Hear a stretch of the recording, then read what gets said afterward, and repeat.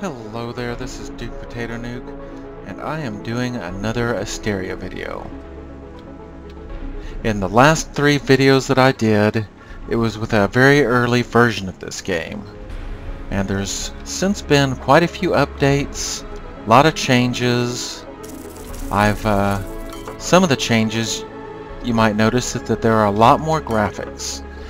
In the previous videos, when I was playing the earlier version, there was a lot of placeholder graphics, like there's still some placeholders here, like this chemical reactor. It just simply says chemical reactor. But yes, a lot of graphics for everything have been added. And in the previous videos, I went as far as going through the first dungeon and fighting the first boss. Well, in these next series of videos, I'm going to try to go through and get to Dungeon 2. We'll see what that's like, and we'll see about fighting anything in there. But for the sake of doing, and the newest version of Asteria is 9.4. I believe what I saw in the forums, they called it the 5 Dungeons update or something of that nature, because, well, as of this update, 5 of the dungeons are considered complete. That's what I understood of it. Well, I've already taken my new character here and gone through the first dungeon. You know, no need to record that when I've already done that. But, yeah. I've already done some basic item crafting, got myself a lot of light orbs, made myself a bunch of the necessities. Dematerializer is what you need to pick up stuff. If you've played Terraria, and you know how you need the hammer to pick up, you know, equipment, well, the dematerializer here is what you use to, well, pick up your furniture, I guess. So,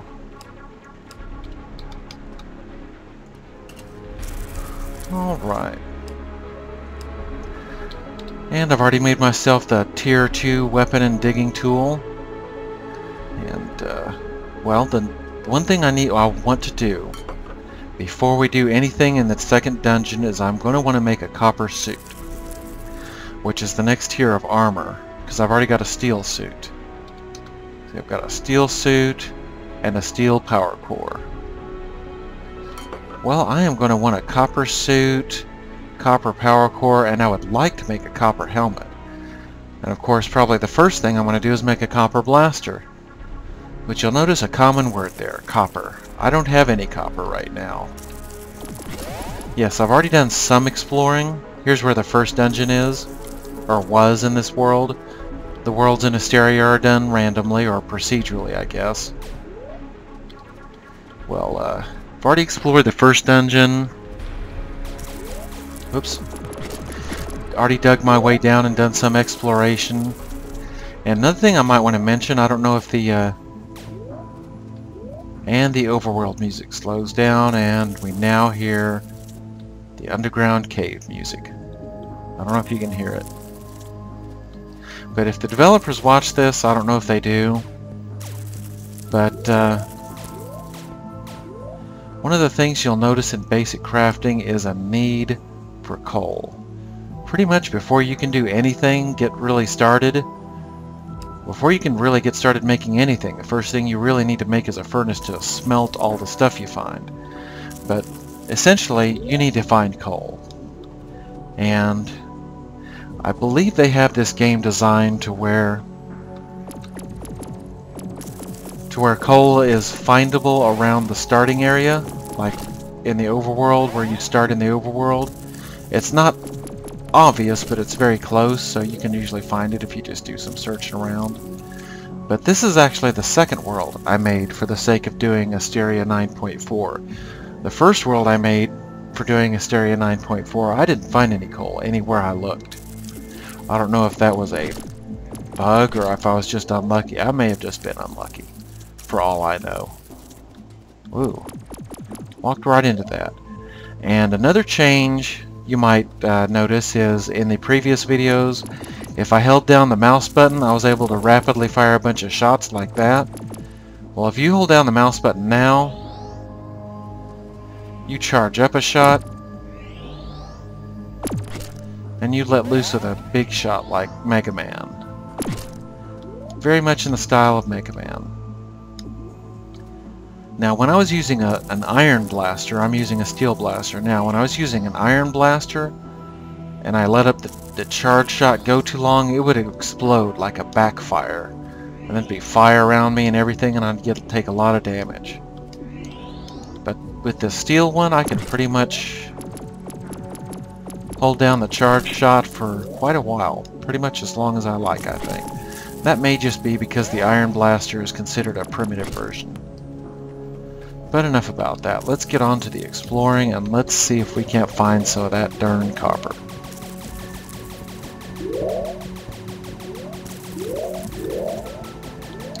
Looks like I'm not going to have too much trouble finding iron. Oh, nope, that's sulfur. And I think we need another light orb. So I dig around and kick up a lot of dust. And here's sandstone. It'd be nice if you could make sandstone bricks out of something.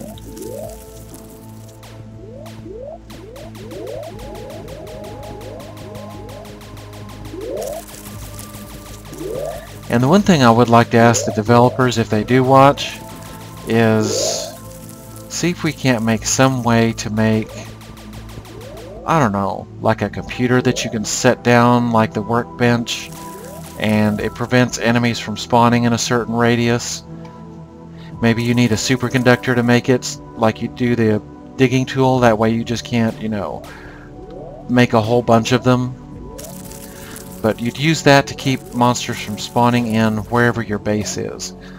Because back there where you saw I had the workbench and the furnace and everything, I mean, if I go back there, there's a good chance there will be enemies around there, because there's no way to stop enemies from spawning just wherever, you know. It'd be nice if we could finally have a way to make a little base or some place to call our own in this game. Let's light that up. Generally, it's about this level that I have found copper before. See, because all around me, the layer around me has ceased to be dirt and it's now clay. Generally, it's around here that I've been able to find copper before. Ooh, I see a cavern down there. And there's something glowing with a red light. And there's something swimming. I have a feeling that may be water down there. Because that's a swimmy looking thing. Yes, that is water.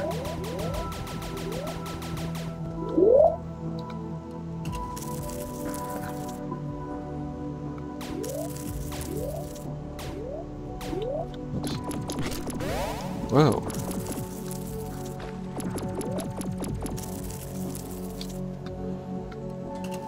I guess one of those creatures was making the red light. And yes, you see you have an air supply here. A little bit of iron ore.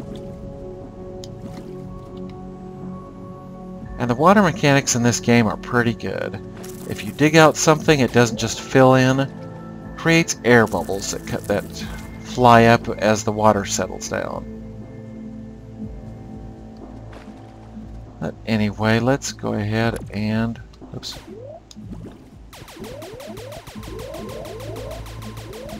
And that's another thing.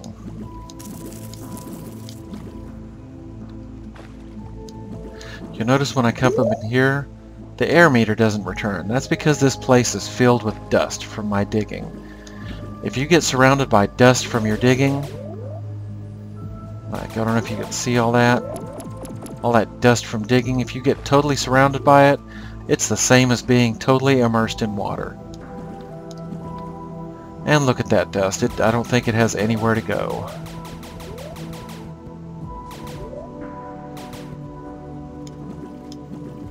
Interesting physics in this game. That just goes to show things don't have to be, I don't know, it doesn't have to be terribly complex to be effective. I guess that's the word I'm looking for. But we need to continue our search for some copper, because before I do anything with any second dungeon, I don't even know where the second dungeon is at the moment. But before I do anything with the second dungeon, I am going to want to make some copper stuff. Is that dust still over there? It sure is. I think these things should suffocate. I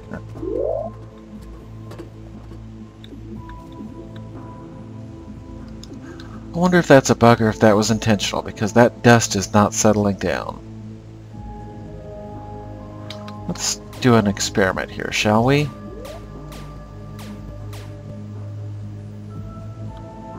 Look at that.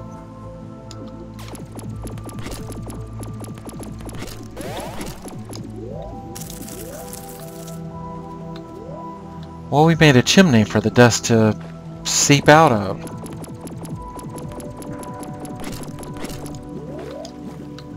Alright. Let's see what we can find. It's just more sulfur.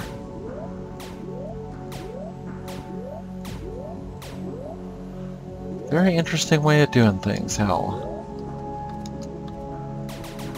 the dust and the air mechanics and all that work. And I see another cave.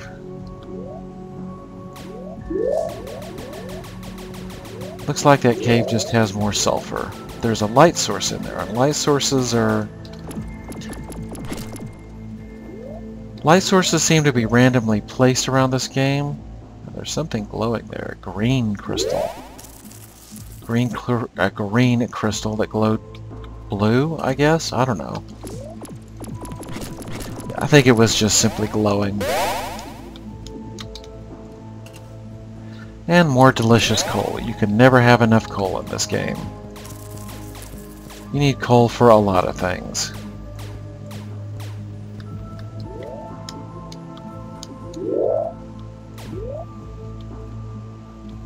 Okay, let's keep going. More sodium.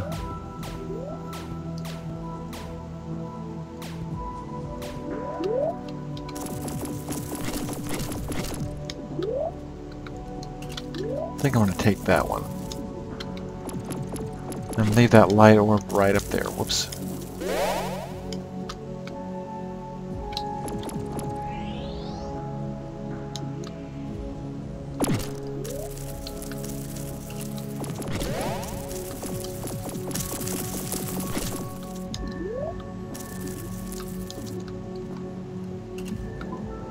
Actually, let's put that down there. Let's see what we've got up here.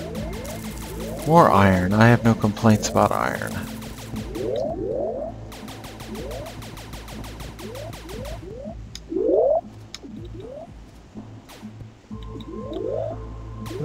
Alright.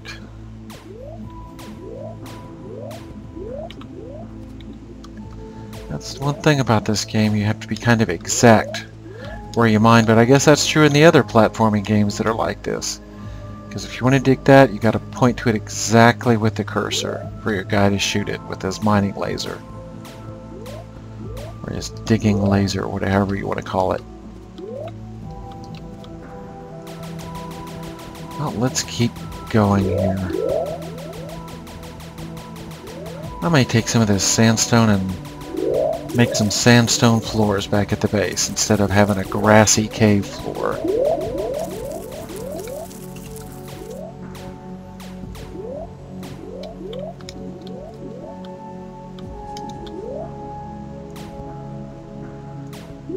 There we go. Oh, my kingdom to find some copper. You know, I'm not sure I can even mine copper with this steel mining tool.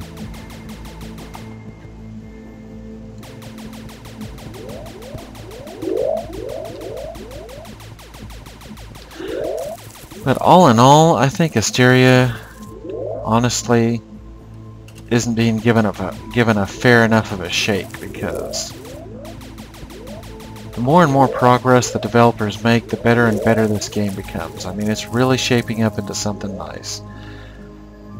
And have you ever heard of the old saying, it's the little things that count? You know, that's the way this game is. I mean, this dust dynamics, I've never seen that in a platformer game like this. A sandbox platformer. Looks like we're getting into the layer where... I think that may be some copper, or maybe some topaz. You punk. I think that's gems like topaz or something. I don't know. Let's go see what that is. It is indeed topaz. Gems tend to glow like that.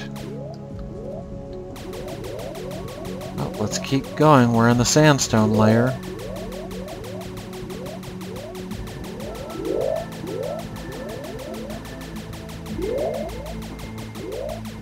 Okay. Oops. That is a lot of dust. It's a good thing I'm wearing a helmet.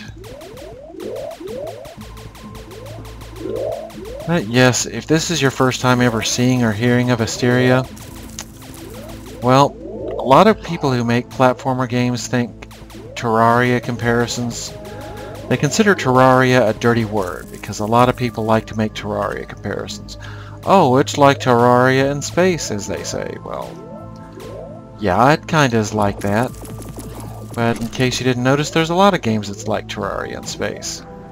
As a matter of fact, 1985's Metroid is kind of like Terraria in space in its own way. You just don't have the digging for ore or digging dirt. But all these games fall into a category, and that's what it is. It's a genre, as they call it. Ooh, that was very Metroid-ish. Let's see if we can't drop a ladder up. There we go. Yep, there's another monster that doesn't have a graphic yet, this bomber. And one thing ooh, look what I have found, copper ore. Alright, looks like we are on our way. And one thing I might suggest to developers is, I don't know if you can do like something tooltip style, but when you hover your mouse over an enemy, have text appear just above the cursor saying what that enemy's name is. Like, you know, having chatted on the forums, I know those bug things that were crawling around here, those are called just simply called crawlers, I think. But if we're going to give enemies specific names, then let's, I don't know. And even if you want to maybe make a glossary or a... Oh, what is that word I'm looking for? Like an encyclopedia. Like when you kill an enemy... Like if I was to kill this bomber... See, I've never killed a bomber before. But if I kill a bomber, it'll appear in that encyclopedia.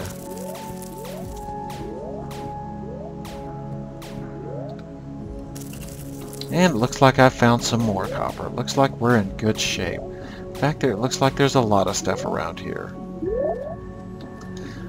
Well, I think that's pretty good enough for now. I'll dig up all this stuff and I'll get started maybe on another video and we'll see how things go. So I'll be back in a bit.